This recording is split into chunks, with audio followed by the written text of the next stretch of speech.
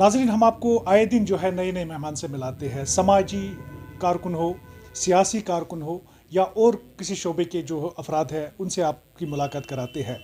आज भी हमारे साथ में एक मेहमान जुड़े हुए हैं जो सीनियर वाइस प्रेसिडेंट है एजैक के, और साथ में ही अगर हम बताएंगे ये इनसे ही खुद इंट्रोडक्शन लेंगे क्या क्या है ये।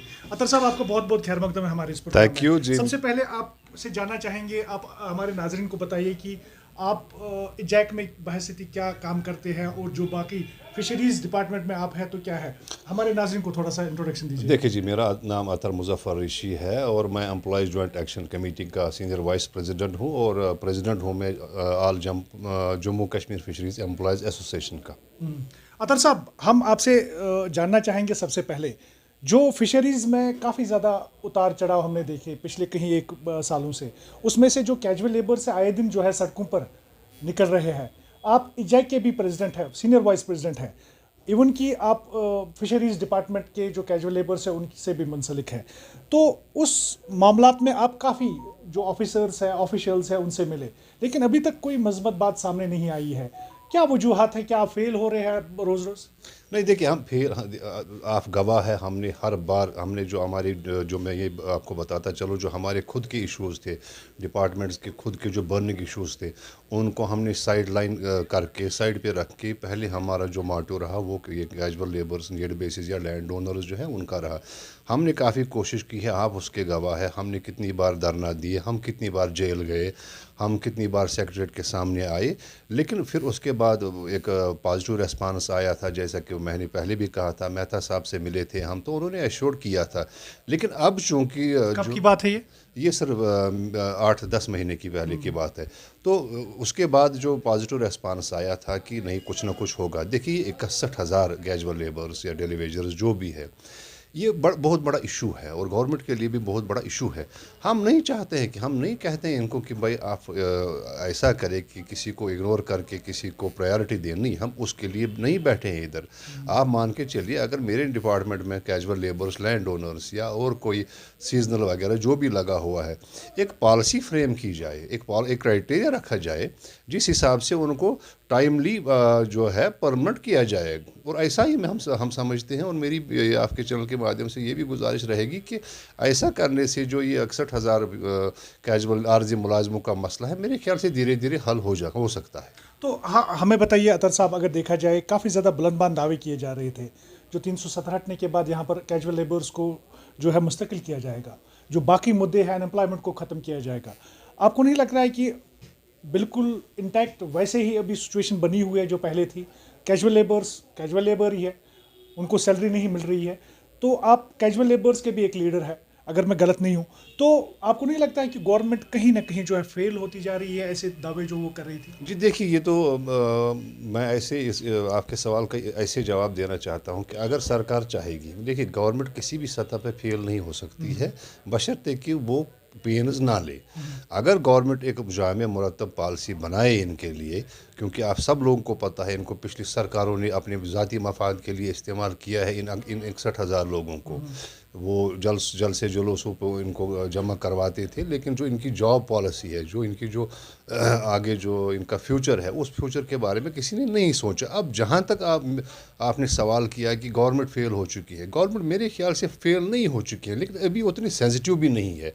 और मैं एज एन प्रेसिडेंट और as an vice president Ajax आपके चैनल के माध्यम से फिर ये गवर्नमेंट इंतजामिया से गुजारिश करना चाहता हूँ कि खुदा के लिए आप इन 61,000 फैमिलीज़ के लिए भी कुछ न कुछ पॉलिसी मुरतब करें।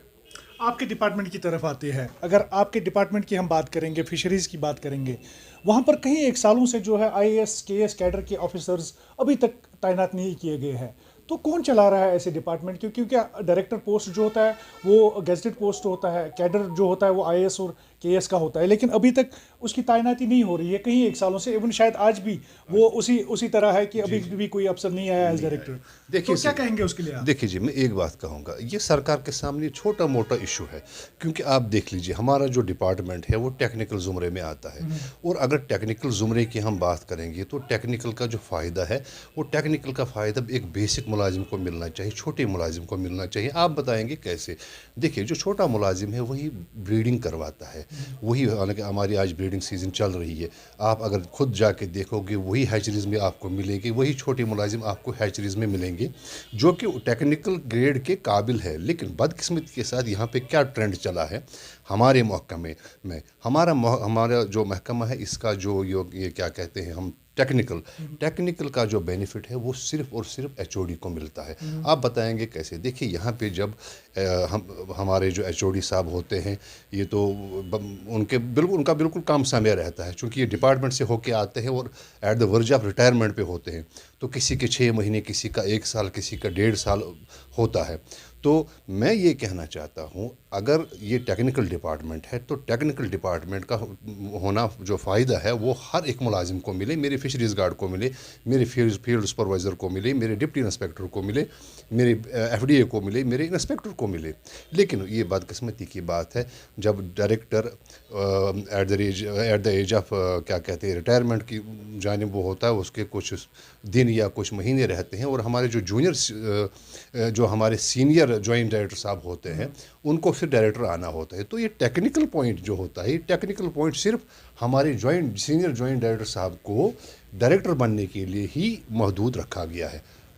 تو کہیں نہ کہیں یہ گورنمنٹ کی طرف سے ہی فیلئر ہے کہ ابھی تک فشریز ڈپارٹمنٹ میں ڈائریکٹر کو نہیں منسلک کیا گیا ہے. تو آپ سے مطلب یہ جاننا چاہیں گے ہم، اگر دیکھا جائے ٹیکنیکل ڈپارٹمنٹ کو بھی ڈائریکٹر ہی جو ہے سپروائز کرتا ہے، کو آپ کو نہیں لگتا ہے کہ ٹیکنیکل ڈپارٹمنٹ جو ہے اس معیار کا کام ابھی کر پا رہا ہے کیونکہ ابھی جو ہے تعیناتی نہیں ہوئی ہے ڈائریکٹر صاحب کی؟ دیکھیے سر کیا ہوتا ہے، ایسا ضروری نہیں ہے، سرکار کے سامنے کھلے دروازے ہیں.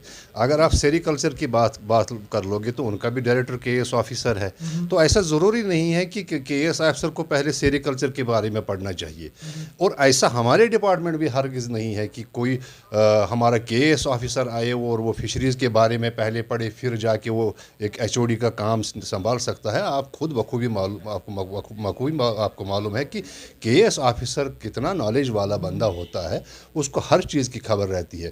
اور یہ میں آپ کی نالج کے لیے، آپ کی انفارمیشن کے لیے یہ بتاتا چلو، ہمارا جو سب سے بینیفٹ جو ہم جو چاہتے ہیں، ہمارے جو گراؤنڈ لیول پہ، چونکہ میں گھومتا ہوں ہر ایک ڈسٹرکٹ میں، ہماری باڈی ہے، ہر ایک ڈسٹرکٹ میں جا کے جب بھی میں جاتا ہوں تو میرے ملازم مجھ سے یہ کہتے ہیں کہ بھائی اگر آپ کچھ نہیں کرو گے لیکن ہمیں جو ڈائریکٹر جو ایچ او ڈی ہے وہ ہمیں ایٹ لیسٹ کے ایس سے آئی ایس آفیسر دے دو. تو آپ کو لگتا ہے کہ ابھی جو ٹیکنیکل بورڈ پر ٹیکنیکل جو ہینڈ ہے وہ بھی کام کر پا رہے ہیں اس کے لیے؟ ٹیکنیکل کے ہاں دیکھیے اگر لوور اسٹاف کی آپ بات کریں گے تو وہ ٹیکنیکل کام کرنے کے لیے مجبور ہے، کیونکہ ان کے جو اپر آفیسرس ہے وہ تو ان کو بالکل یا تو پے ان کا روک دیں گے یا ان کو آواز نہیں اٹھانے دیں گے کہ بھائی ہم ٹیکنیکل. آپ دیکھ لیجئے میرا فیلڈ کا کوئی ملازم ہوتا ہے، فیلڈ کے ملازم کے لیے 6 مہینے یہاں کوکر ناگ میں ٹریننگ رہتی ہے، 6 مہینے باہر یو پی میں ٹریننگ رہتی ہے، کلکتہ میں ٹریننگ رہتی ہے. So that means he is also an technical employee. تو وہ فیلڈ میں ڈیوٹی دیتا ہے، اگر فیلڈ میں اس کو چالان کرنا پڑتا ہے تو اس کو وہ رولز پڑھنے پڑتے ہیں، اس کو ایکٹس پڑھنے پڑتے ہیں، فشریز ڈپارٹمنٹ کے جو ایکٹس ہے، تبھی جا کے وہ کسی ایکسٹریکٹر کو روک سکتا ہے، اس کا کیس بنا سکتا ہے. تو یہ بڑی بدقسمتی ہے، نہ ہی ہمارے جو 24 آورز ڈیوٹی دیتے ہیں ان کو ٹیکنیکل کا یہ فائدہ ملتا ہے اور نہ ہی فیلڈ اسٹاف کو فائدہ ملتا ہے.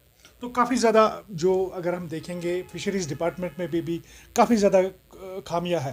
اس کے چلتے اگر ہم دیکھ رہے ہیں کہ یہاں پر لوور سٹاف کے ساتھ انجسٹس ہو رہی ہے. کیا عطر صاحب میں صحیح کہہ رہا ہوں؟ کیونکہ آپ نے بتایا کہ اگر وہ کام نہیں کریں گے تو اونچے درجے کے جو آفیسرس ہیں وہ ان کی سیلری روک دیتے ہیں. دیکھیے آپ کے کہنے کا یہ مطلب ہے؟ بالکل دیکھیے میرے کہنے کا یہ کیا مطلب، جب ابھی ہماری پریس کانفرنس ختم ہو گئی، پریس کانفرنس میں ہم نے یہ بتا دیا تھا کہ ہماری ری آرگنائزیشن کی فائل چل رہی ہے، اور ری آرگنائزیشن کی فائل جو چل رہی ہے وہ 2 فائلیں چل رہی ہے. ایک تو گیزٹڈ افسروں کی چل رہی ہے، دوسرے نان گیزٹڈ افسروں کی چل رہی ہے.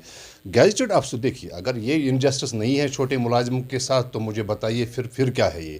اگر یہ لوگ گیزٹڈ افسروں کی انہوں نے فائل جو ہے وہ انہوں نے اوپر بھیج دی ہے، اب مجھے اس کے ساتھ نہیں ہے اس میں نقصان ہو گیا یا فائدہ ہو گیا ہے، لیکن وہ تو ہوئی ہے.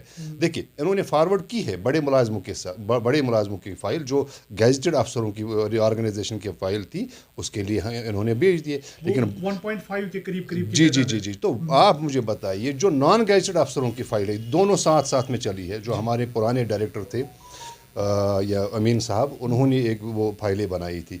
तो दोनों साथ साथ में फाइलें जो है मैं उसका नंबर डेट भी आपको दे दूंगा कि कब हमारी नॉन गैजेटेड अफसरों की फाइल भी सेक्रेटरीट में पहुंची है।